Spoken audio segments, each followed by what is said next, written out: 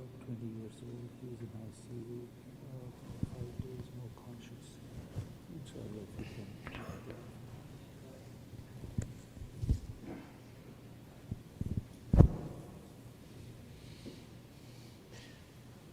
Brother Jamal is telling us that someone who knows his son is in ICU.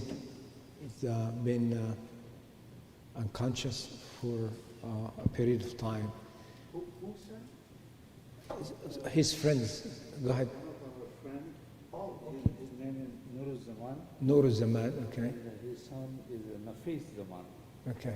He is actually a John Hopkins second year student. Subhanallah. Medical field. Mm-hmm. And last 5 days he's been University of Maryland Medical Center going through very difficulties. Inshallah, Allah make shifa. اللهم نسأل الله سبحانه وتعالى نسأل الله العظيم رب العرش العظيم أن يشفيه شفاء لا يغادر سقما يا رب العالمين. And remember, one young man in our community passed away a few days ago. His janazah was on Thursday. Please remember him in your dua. We made dua for him here before. Remember him and his family. May Allah put patience in his family's hearts.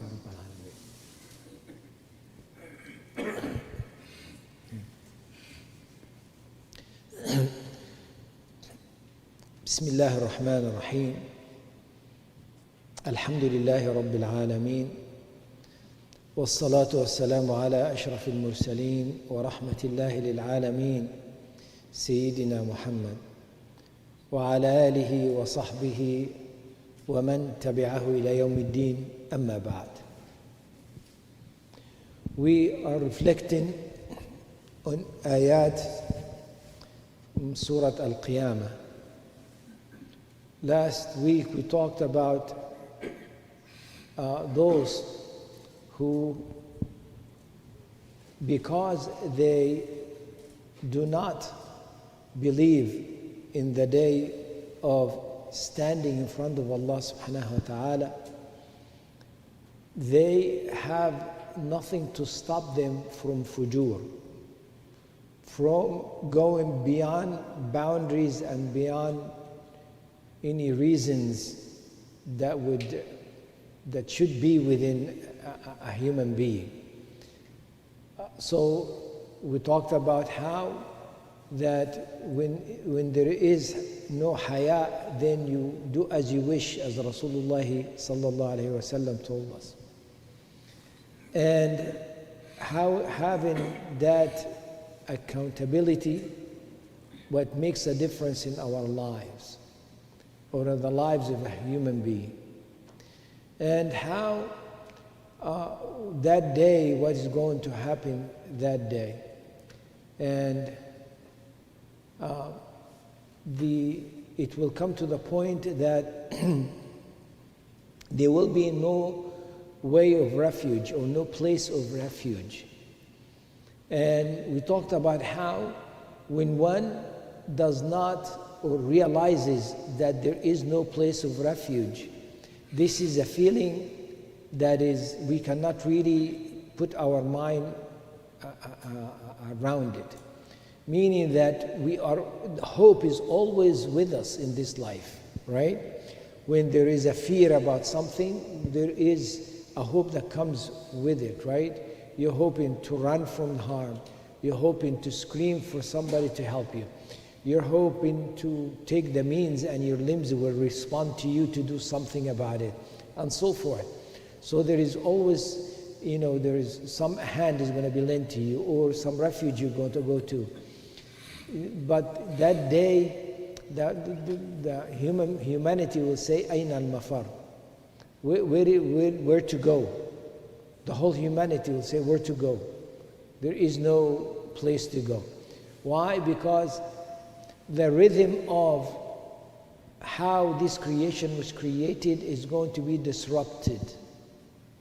So the sun and the moon and the time and the place, it is all going to be without a measure that we can measure to detect, right? So the greatest fear is when the rhythm and the system that's behind you does not respond to you and you don't know what to expect from it. Not knowing what to expect of something, that is the most fear that one could have, that reaches your core. So that is, the situation that day humanity is going to be in. Okay, that there is nothing will respond to you and your needs and so forth. So the time, as we know it as a time, it will be disrupted. The place, and space, as we know what a space is, it will be disrupted. Okay? So now Allah subhanahu wa ta'ala will continue, and we have one more ayah in this concept and then continue, inshallah. Go ahead.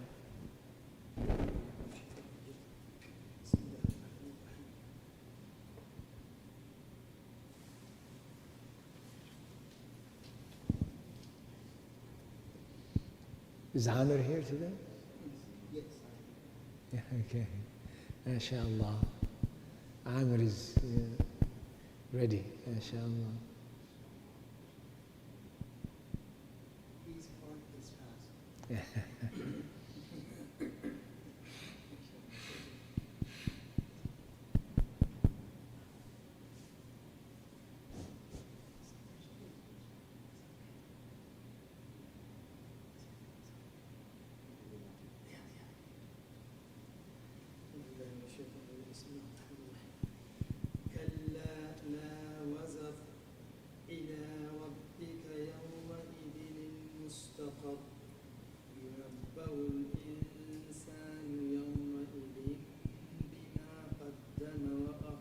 Jazakallah khair. No, there is no refuge. Unto your Lord alone will be the place of rest that day. On that day, man will be informed of what he sent forward and what he left behind. No. So, when there is a commotion, when there is a fear, matters, we hope it will reach to a mustaqar. The word qarra, when those who are believers say, رَبَّنَا اجْعَلْ لَنَا مِنْ أَزْوَاجِنَا وَذُرِّيَّتِنَا قُرَّةَ أَعْيُنٍ. O our Lord, make for us from our spouses and our progeny, our children, qurra, for our eyes. Qurra is reaching a place of comfort. Okay?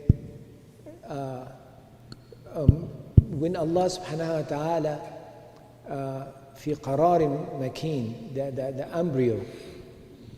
embryo reaches a place, okay, in where it's being protected.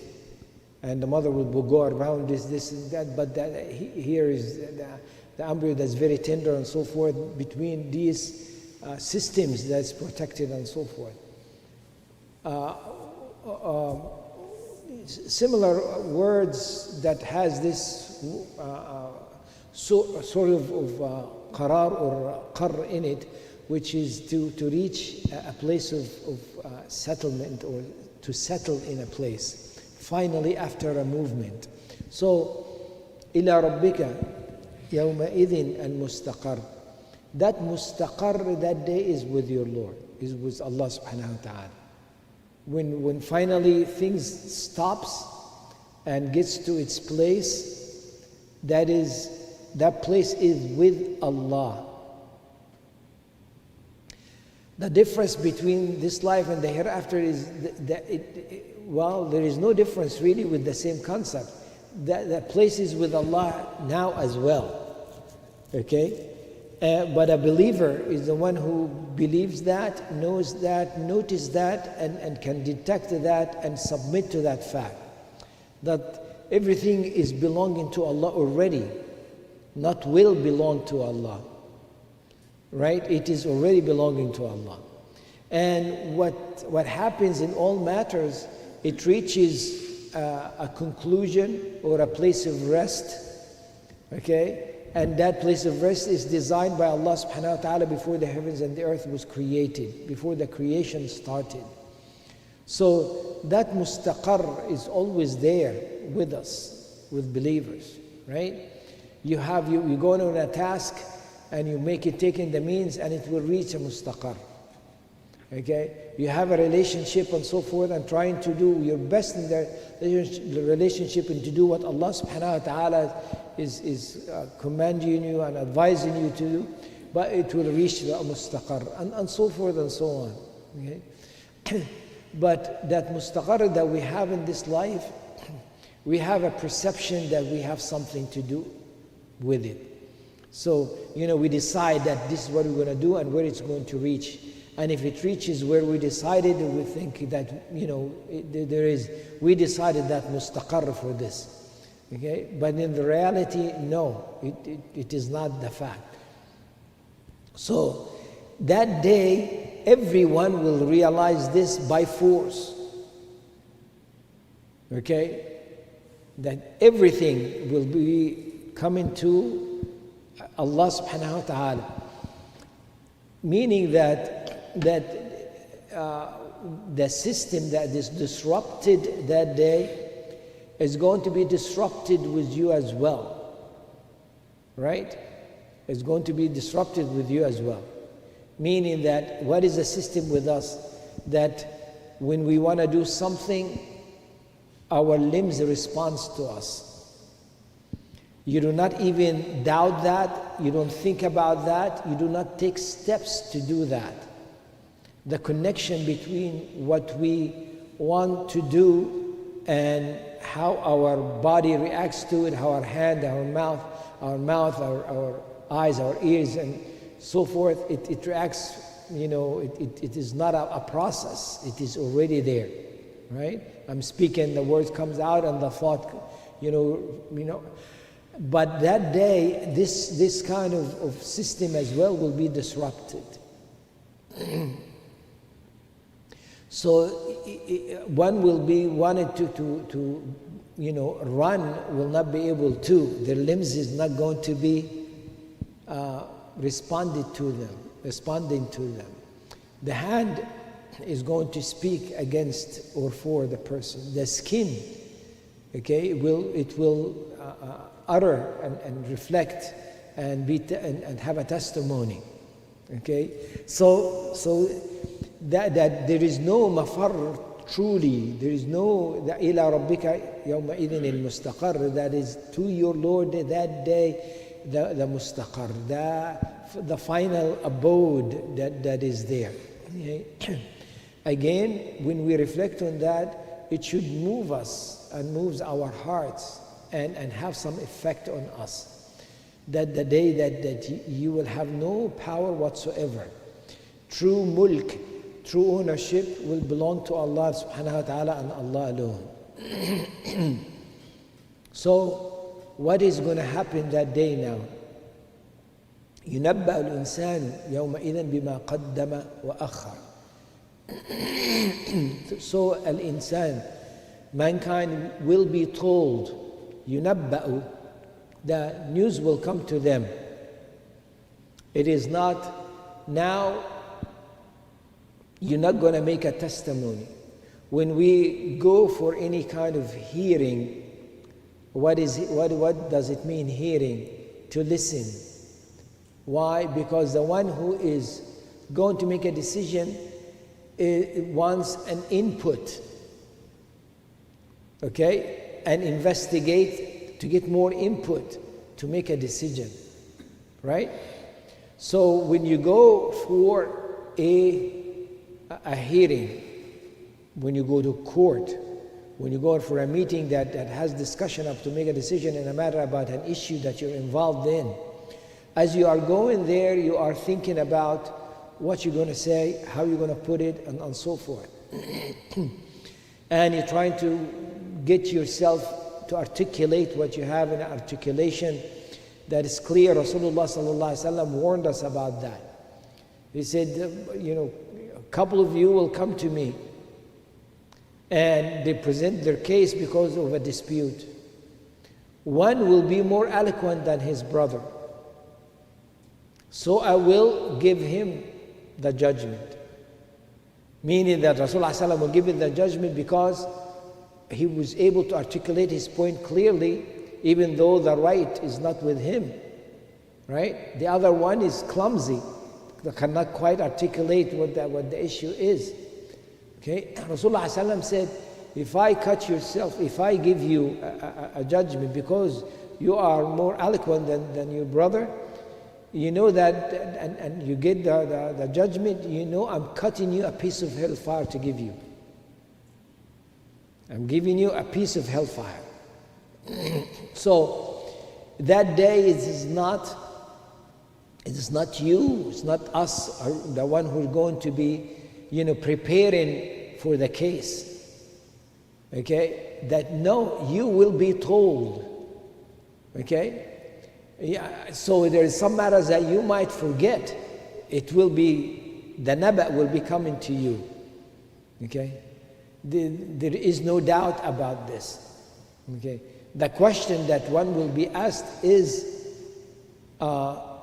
there anything that you have done in goodness that it is not, that you cannot see, that is there, that you were not told at this moment? No. If there is something that you have done that you did not do, and it is added to your deeds here of bad deeds, you say, I'm clear of this, this is not something that I have done? No. So the only thing that you're going to say is no and no. Did you do anything, good deeds that is not there? No. Are there any bad deeds upon you that you did not do? No. The case is done. Again, this is a point of, as we were talking yesterday, a point of muraqabah, of being investigating kind of situation that investigation becomes clearly that day that you have no part in it. But in this life you can pay attention to whatever it is that you want to pay attention to. You can be mindful of whatever it is. You can investigate and be, watchful of what you want to be watchful for. In other words, you can be watchful of what you're going to do, or you're going to be aware of the fact that Allah subhanahu wa ta'ala is watching you. Right? That's two different, stands, if you will, or situations that you go in your life and you're trying to watch what you're doing, and why are you watching what you're doing? Is it because of your status? Because of you don't want to be looked in a way that's not proper? Or because Allah subhanahu wa ta'ala is watching you? Right? It's a whole different mindset. So when someone in this life is watching the fact that he is watched now, and he's going to be told at the end, that is a safety thought, or a thought that's within the process of being safe, because that is the proper thinking, because you're thinking about the reality that it's going to be. You're not putting a blinder on the fact that this is going to happen, right?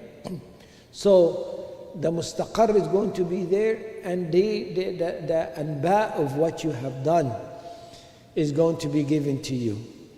You're not going to represent it yourself. It is going to come to you. So when the book comes, the book is there already. The testimony is there already.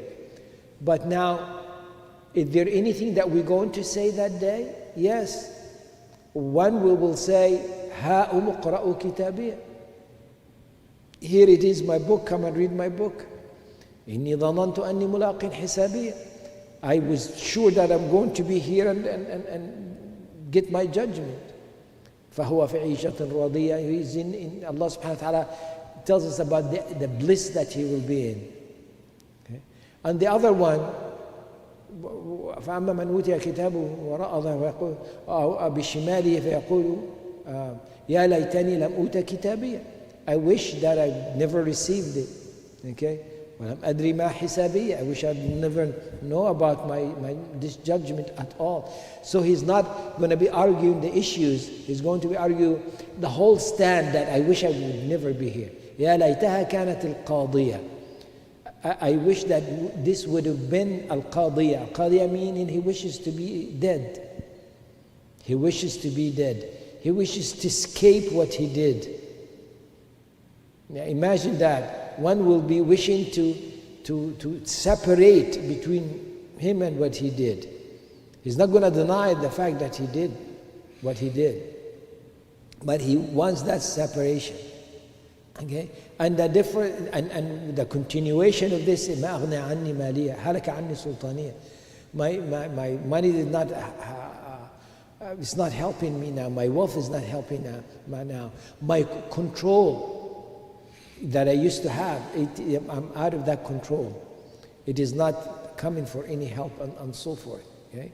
So now the anba will be coming.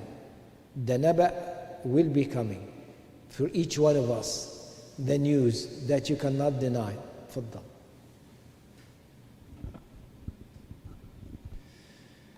بل الإنسان على نفسه بصيرة ولو ألقى معاذيره لا تحرك به لسانك لتعجل به إن علينا جمعه وقرآنه فإذا قرأناه فاتبع قرآنه ثم إن علينا بيانه. جزاك الله خير.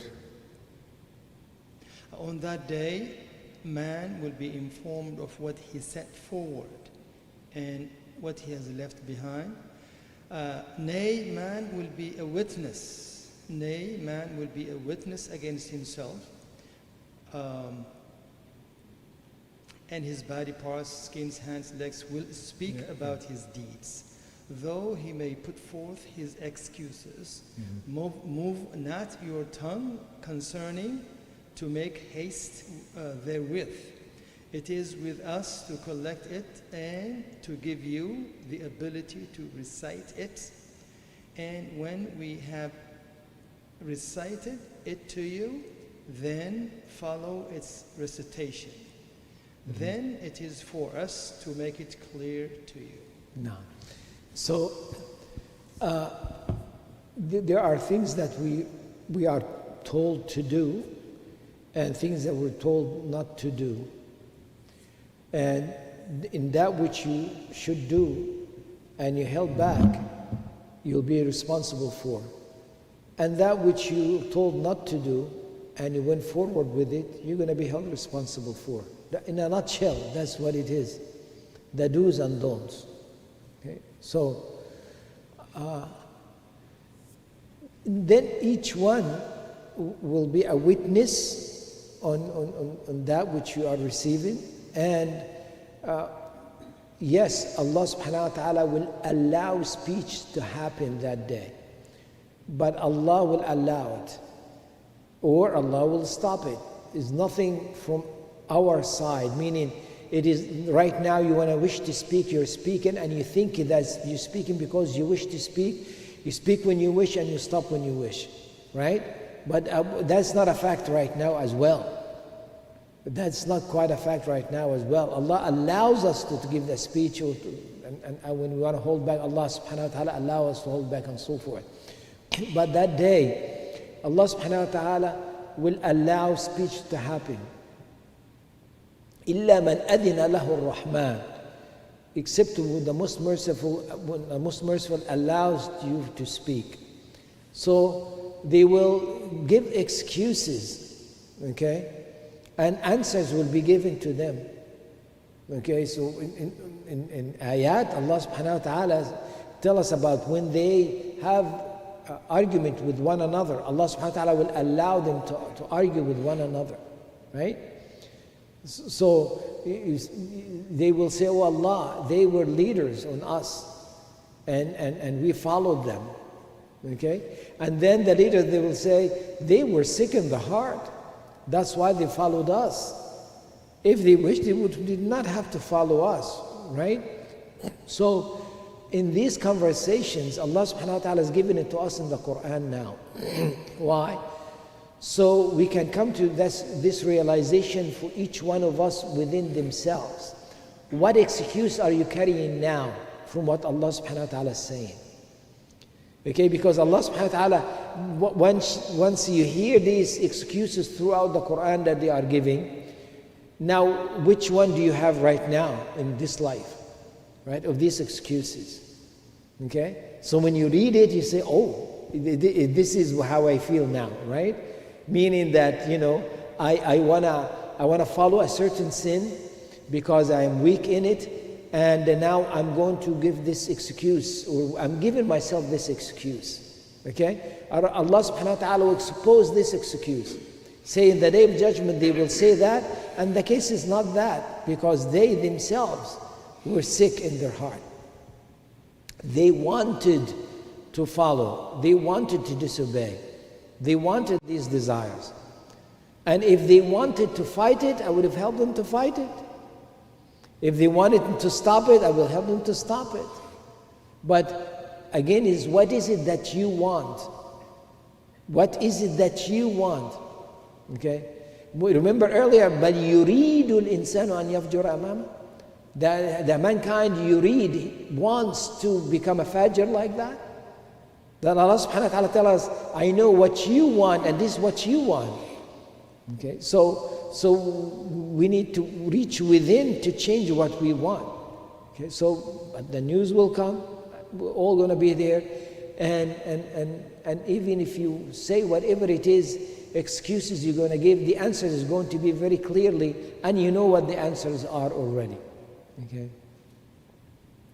Now Allah subhanahu wa ta'ala tells us about talking to Rasulullah sallallahu alayhi wa sallam and saying to Rasulullah sallallahu alayhi wa sallam to change a certain habit that he had, something that he does, because of he's a human being and he is getting a revelation and it is from Allah, and he wants for it to not to escape him, right? Like, you know, you're going for handle some responsibility, and you're giving some information, and you're going to carry this information with that responsibility. So what happened? You have anxiety about this, right? You want to really contain this in your mind and in your heart and so forth, to be able to articulate it, right? You want to do your homework and so forth, right? Now Rasulullah sallallahu alaihi wasallam is getting a message for mankind, for humanity, for this until the day of judgment. This is the message now, okay? So Rasulullah sallallahu alaihi wasallam is feeling that heavy burden upon him. It's not a burden, heavy responsibility upon him, right? So now Jibreel alayhi salam coming and giving the wahy, and Rasulullah sallallahu alayhi wasallam is anxious to wants to remember it, so he's moving his tongue with it. So he's repeating what Jibreel alayhi salam is saying, right? Like, you know, if you come to me and tell me, you know, I'm going to read, you know, ayat that you did not memorize, okay? Let's say you're teaching me Quran, and you're telling me ahead of time, I'm going to read this once, right? And you're supposed to memorize it when I hear it once. So I'll be on the edge and try to concentrate. And as you're reciting, I'm repeating, so I'm trying to find within myself a mechanism to take it in and keep it, right? And retain it, right? So that was the condition of Rasulullah sallallahu alaihi wasallam.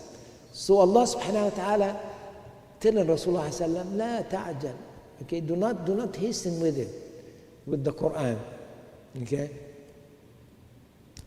لا تحرك به لسانك. Do not move your tongue. That is very specific. That's very specific. Okay? Allah subhanahu wa ta'ala is saying, you're moving your tongue, don't move your tongue.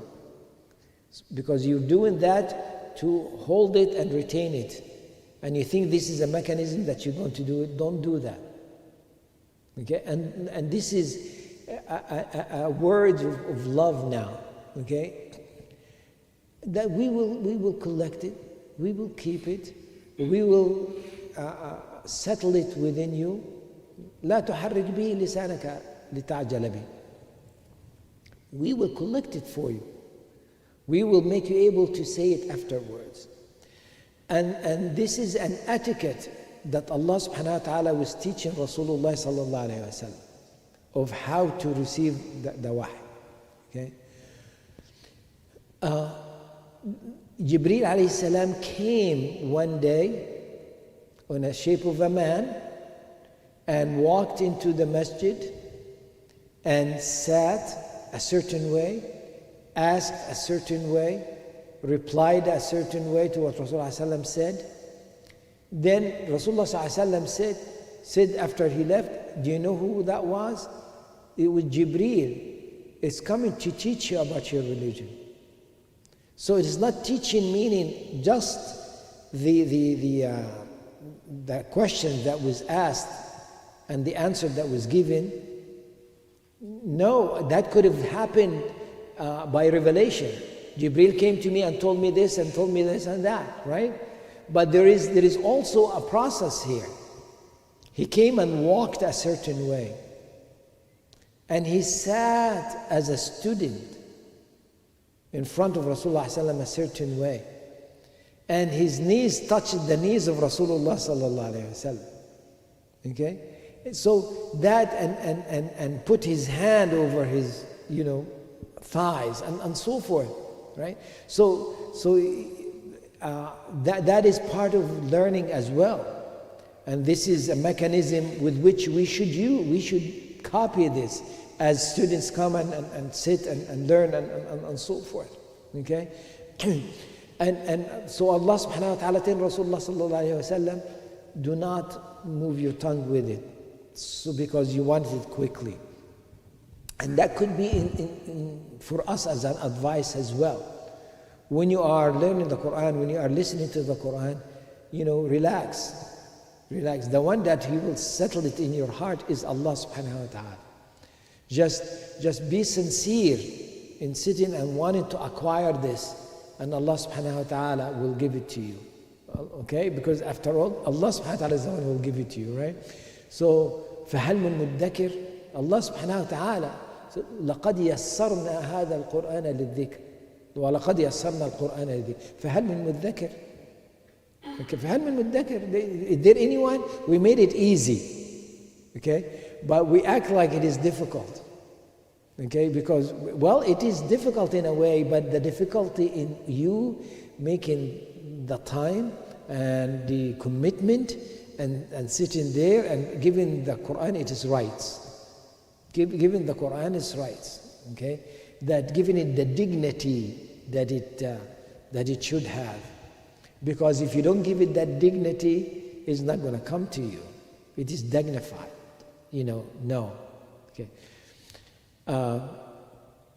I heard this from a sheikh, okay, in one of his sessions. He was talking about the time he was in jail in Egypt. Okay. He was taken among others, okay, with certain, a certain period of our history that the Sheikh is still alive, by the way, okay, and so forth. So he was describing something, happened, and he was describing a lot of, wisdom that would come, would tell you when all these people get together, right?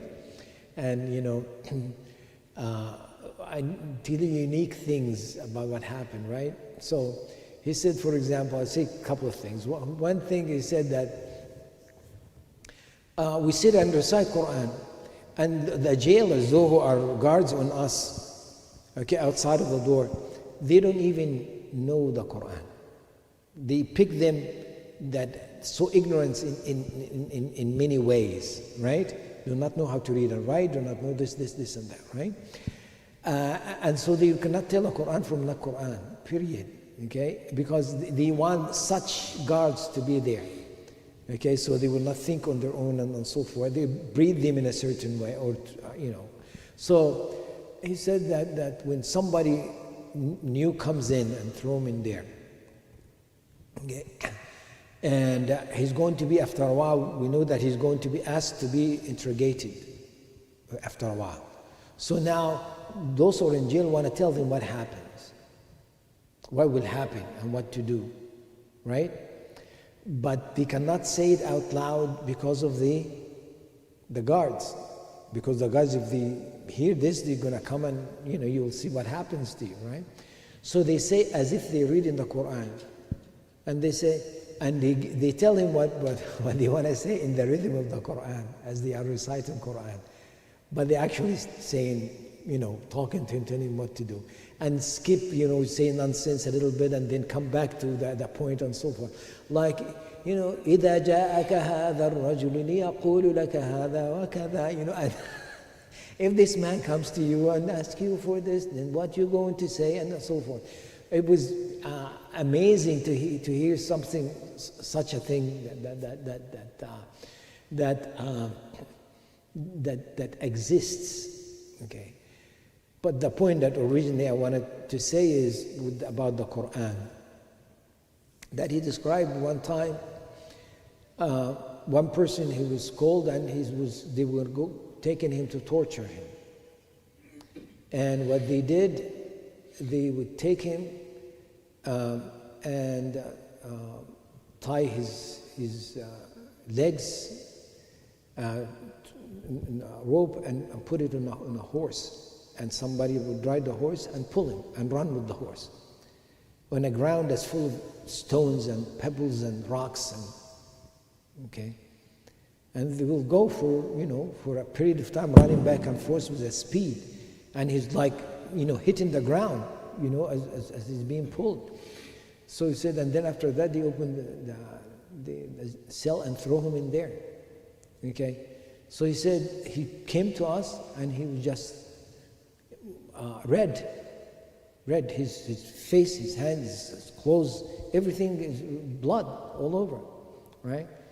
So they received him and said, how do you feel? He said, Alhamdulillah, I finished my juz that I'm supposed to review.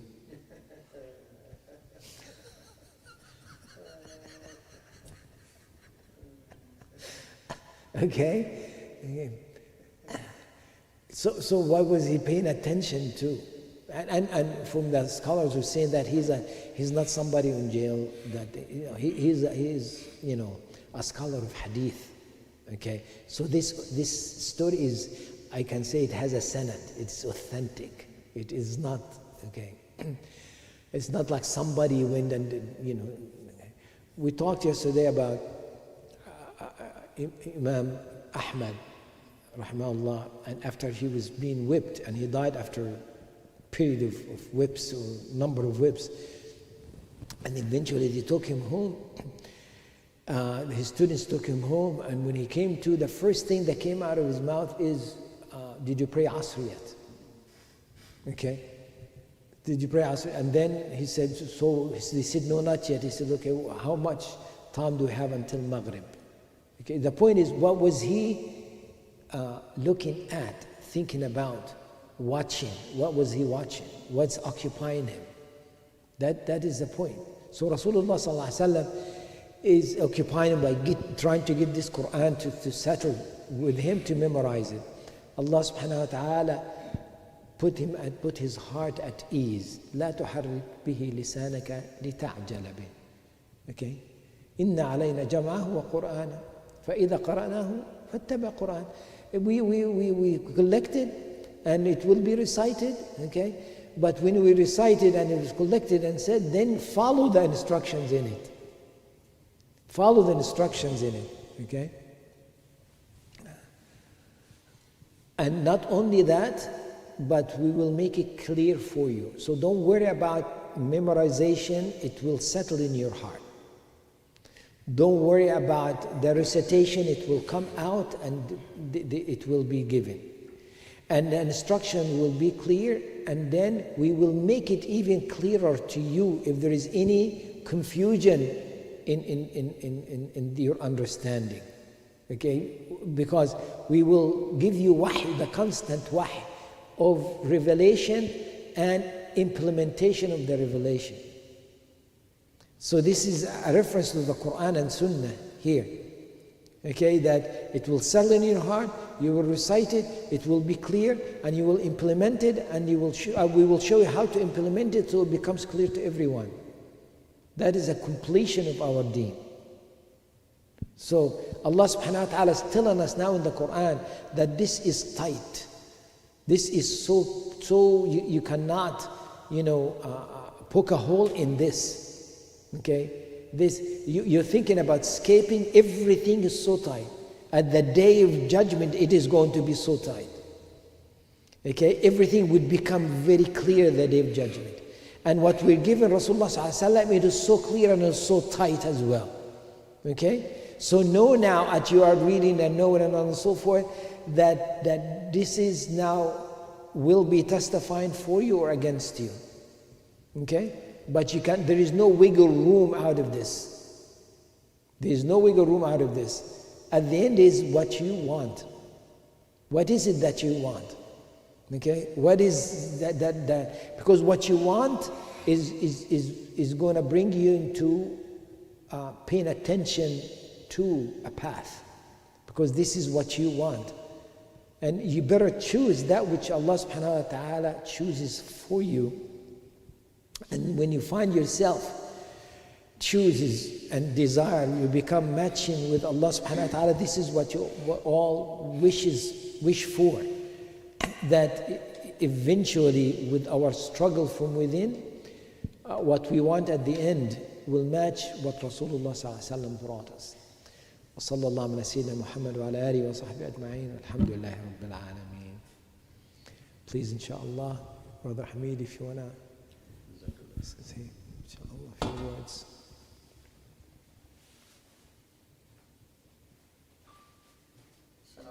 وعليكم السلام ورحمة الله.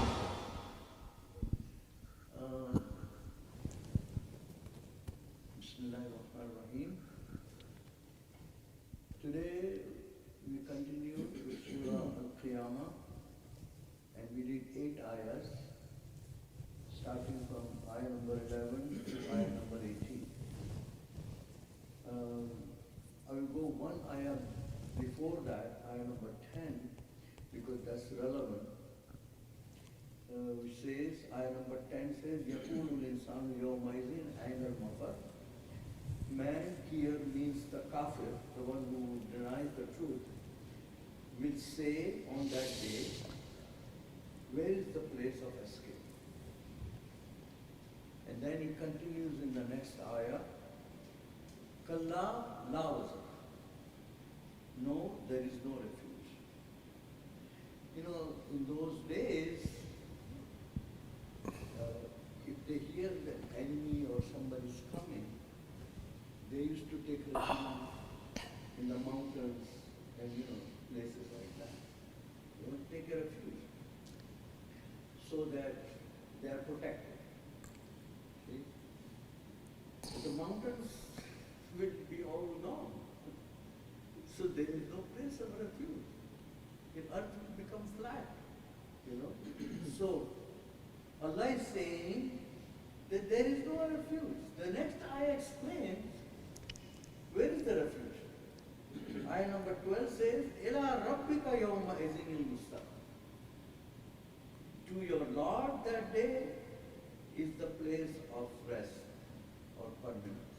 Now here, what is meant here is that you have no choice on that day except to rely. Like Allah subhanahu wa ta'ala says in Surah Fatiha, Maliki Yawmiddin.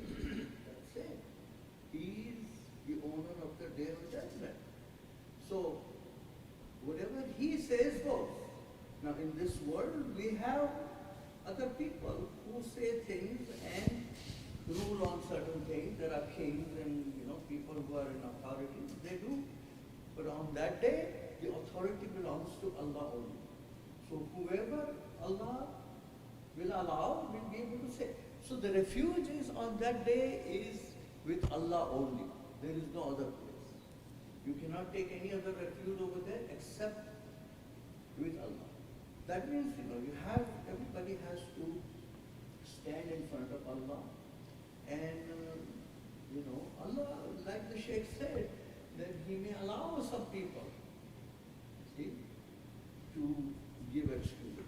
The next ayah is more clearly, it says, ayah number 13, يُنَبَّأُ الْإِنسَانُ يَوْمَئِذٍ بِمَا قَدَّمَ وَأَخَّرَ.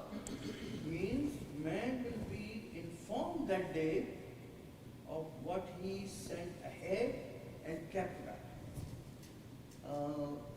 The Mufassirin, they have given some explanations like Ibn Abbas and Ibn Masud, Abdullah ibn Masud, that there will be a book of deeds which will be given to the people, either on the right hand or left hand. But that book of deeds is the things that we did on this earth, our amal, good or bad. It will be written in there. But also it will contain the effect of what we left behind.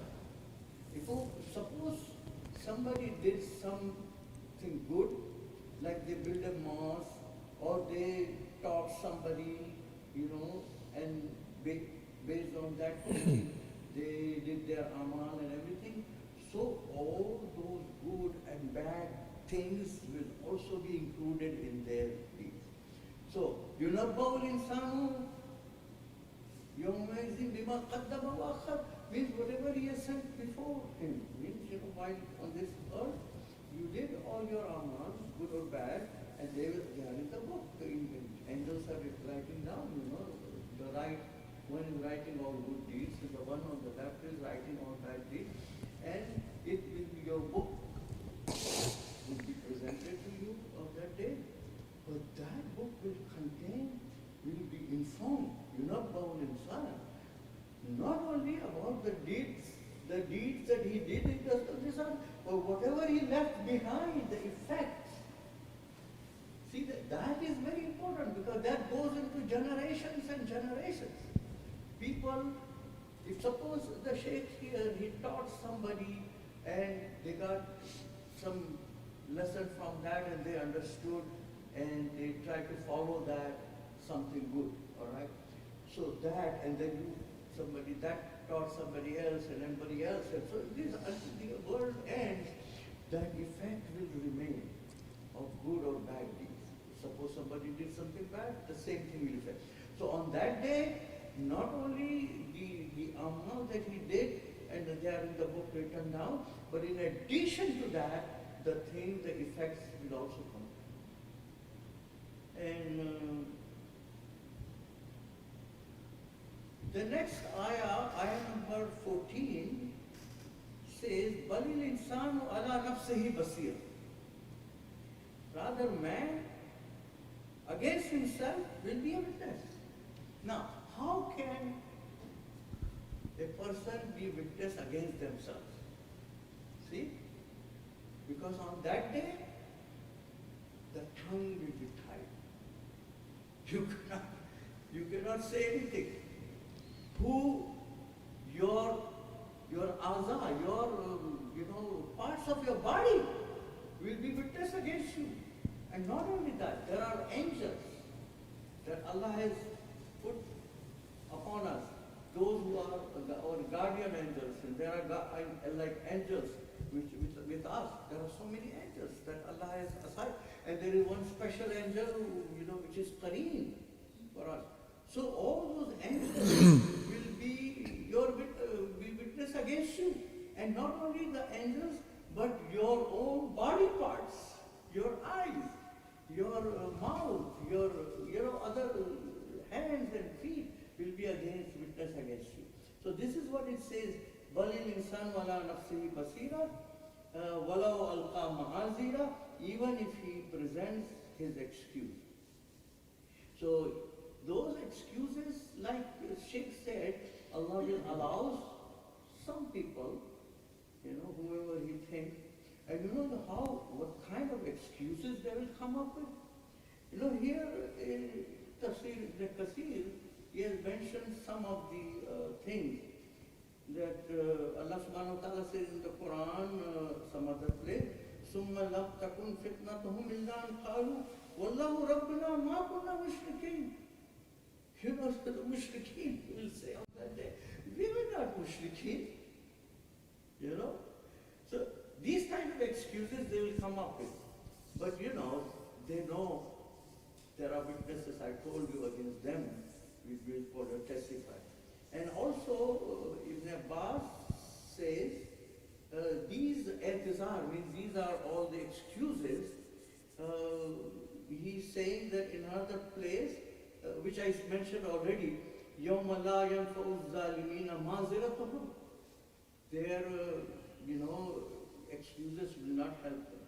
And one more ayah is mentioned here, كَقَوْلِهِ تَعَالَى يَوْمَ يَبْعَثُهُمُ اللَّهُ جَمِيعًا فَيَحْلِفُونَ لَهُ كَمَا يَحْلِفُونَ لَكُمْ وَيَحْسَبُونَ أَنَّهُمْ عَلَى شَيْءٍ أَلَا إِنَّهُمْ هُمُ الْكَاذِبُونَ. Like, the munafiqeen, they used to go to Prophet Muhammad sallallahu alaihi wasallam and give excuses, lame excuses. So on that day, they will try the same thing in front of Allah. Like Allah is saying in the Quran that the way they were coming up to you with the excuses, they will do the same thing here too. But nothing is going to help them. So the next ayah is ayah 16. Suddenly the topic changes here. The topic here, Allah subhanahu wa ta'ala, what happened is while these wahi was coming to Rasulullah sallallahu alaihi wasallam, whatever, in this instance also, Rasulullah sallallahu alaihi wasallam think these are very, very important things that Allah is telling me and through Jibril alayhi salam. So actually the real teacher is Allah subhanahu wa ta'ala. But through Jibril alayhi salam, he is sending the wahi, intermediary, and he is the one who brings the wahi to him.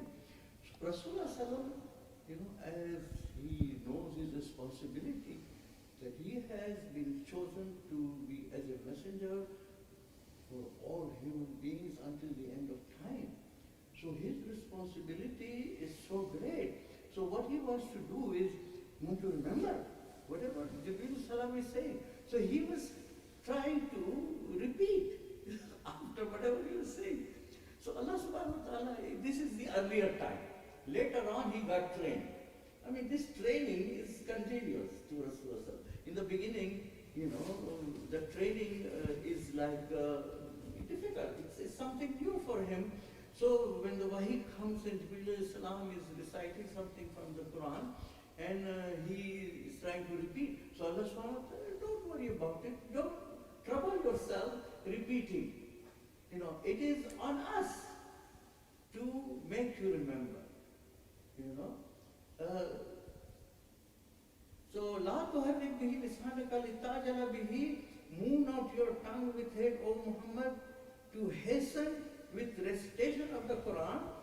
Next ayah says, Inna alayna jam'ahu wa Qur'anahu, indeed upon us is the collection in your heart and to make possible its recitation. That means Allah is guaranteeing. This is the message of Allah that is going to last until the day of Qiyamah. So it has to be protected. And Allah has promised in other place also that it will be protected by Him. So the ayah number 18, which is the last ayah we did today, says, فَإِذَا قَرْأَنَاهُ فَاتَّبِعْ قُرْآنَهُ. So when we have recited it through Jibreel alayhi salam, Allah is reciting. It's Allah's words. Quran is Allah's word. But through Jibreel alayhi salam, then follow its recitation. What it means is, when Jibreel alayhi salam is reading it to you, just pay attention. Like Sheikh mentioned, that there is something in the Quran, Allah said that when we hear also the Quran, see, وَإِذَا قُرِئَ الْقُرْآنُ فَاسْتَمِعُوا لَهُ وَأَنصِتُوا لَعَلَّكُمْ تُرْحَمُونَ. So when the Quran is being read to you, especially in the prayer, when you have, the Imam is reading the Quran, we are supposed to pay attention and listen carefully. فَاسْتَمِعُوا لَهُ. فَاسْتَمِعُوا is an extra, with extra attention, listening, all right?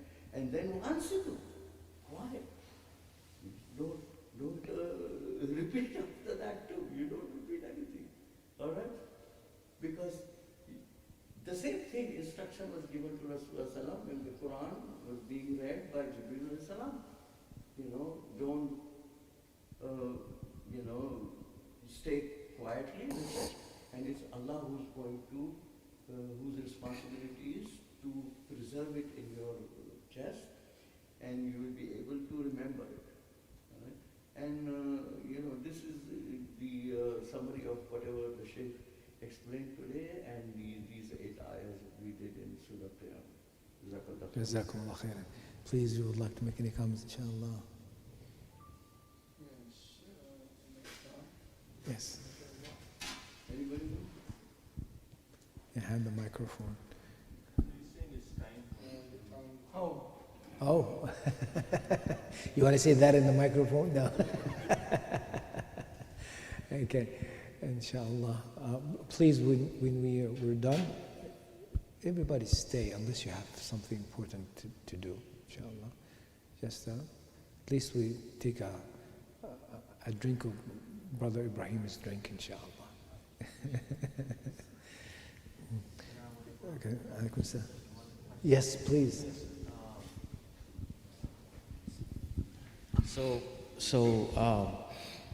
The talk about when Allah subhanahu wa ta'ala mentions, things you will put forward and things you will hold back. Brother Hamid, when he was saying the things we hold back are of the things that the things you taught others and then they propagated. Is that correct? Is that what you were saying? No. Okay, so the things we held back, remember? Okay, what you described was the three things we held back are the things which basically if I teach something good to you, then you teach it to somebody else, then you teach it to somebody else. That accumulative effect is something you held back.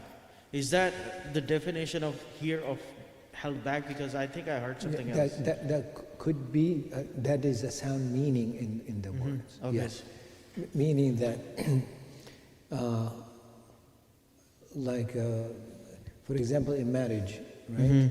There is a muqaddam and mu'akhar. Yes. The same 2 words, Yes. right? Muqaddam is what you do now. Right. Mu'akhar is what later.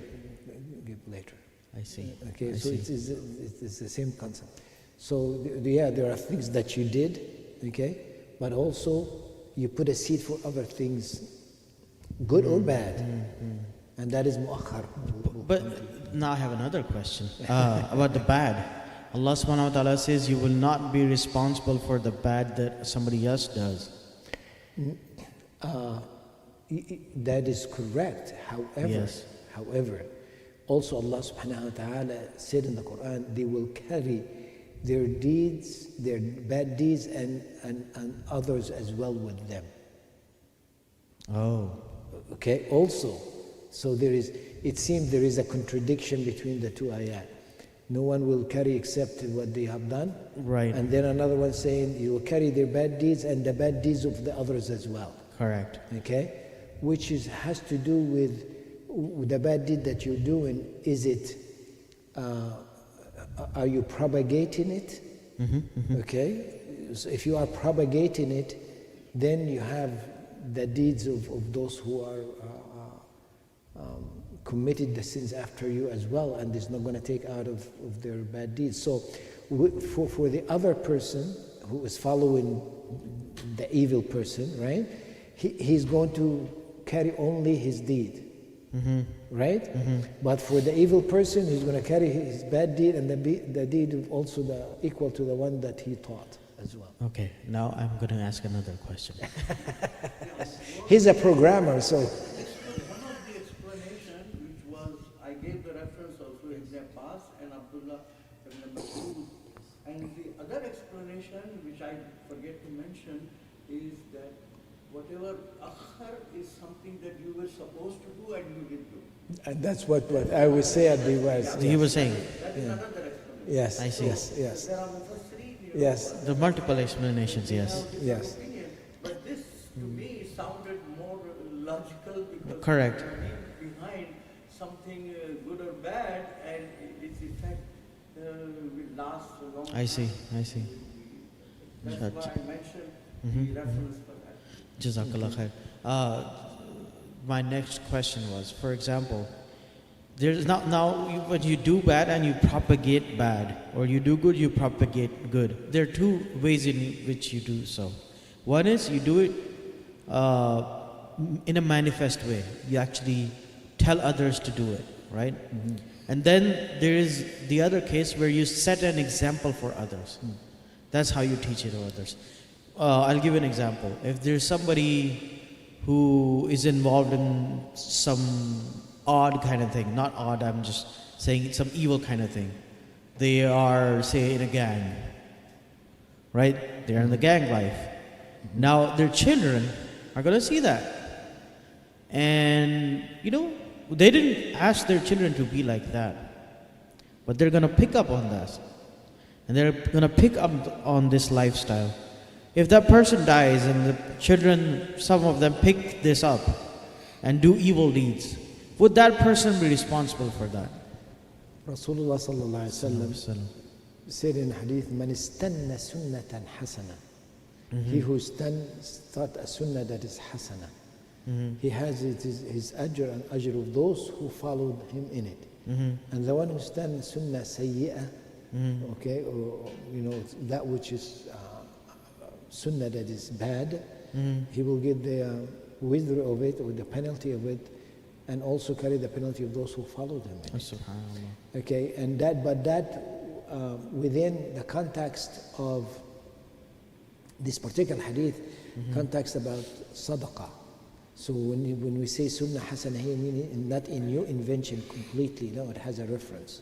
Right. So, okay, just to keep it clear. Okay. Okay. Yeah. No so- bid'ahs, please. Exactly. It's not a key for bid'ah here. Yeah. Yeah, it's Rasulullah as people were coming into Medina, they were needy, and nobody helped them. Rasulullah saw the situation like this, called everybody in the masjid and give a khutbah about sadaqah and charity. Then group of believers realized what Rasulullah was saying. So one went to his home and got some food, tamr and stuff, and put it in front of those people sitting there. Then everybody else went and realized what was going on. So that's when the hadith start. So man istanna sunnatan hasana. This is not a new invention. It was a sunnah that is known, but it was dead at the time. Yeah, reviving. It's It's about reviving. reviving, You don't exactly. revive something which is not there. Yes. It never existed. So Yes, you revive something which existed. Another question. So answer your question, Yeah. yes, it can be one can be a role model. Uh-huh. And yes, he will start something and people will follow. Yes, he will carry it. And same goes for the evil role model as well, Yes. for the evil deeds. Yes. Now, another question. Hopefully the last one. I'll make it quick. If a person leads a lifestyle which is not good, sets an example, and then repents and changes their way, but those who picked up upon them picked up the evil part, not the good part, what then? He will not be carried or given a burden which he cannot handle. So he will be, he should go become as intense or whatever it is he did in the to propagate.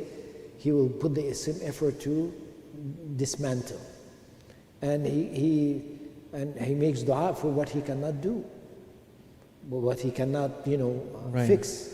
And Right. Allah is the most merciful. Yes. So he'll not. I understand on a basic level. I understand it's not fair to the person who repented, tried to fix their ways, to carry the burden of the bad deeds somebody else does by learning the bad stuff from them. I understand that, but I just wanted clarification that what would be the case.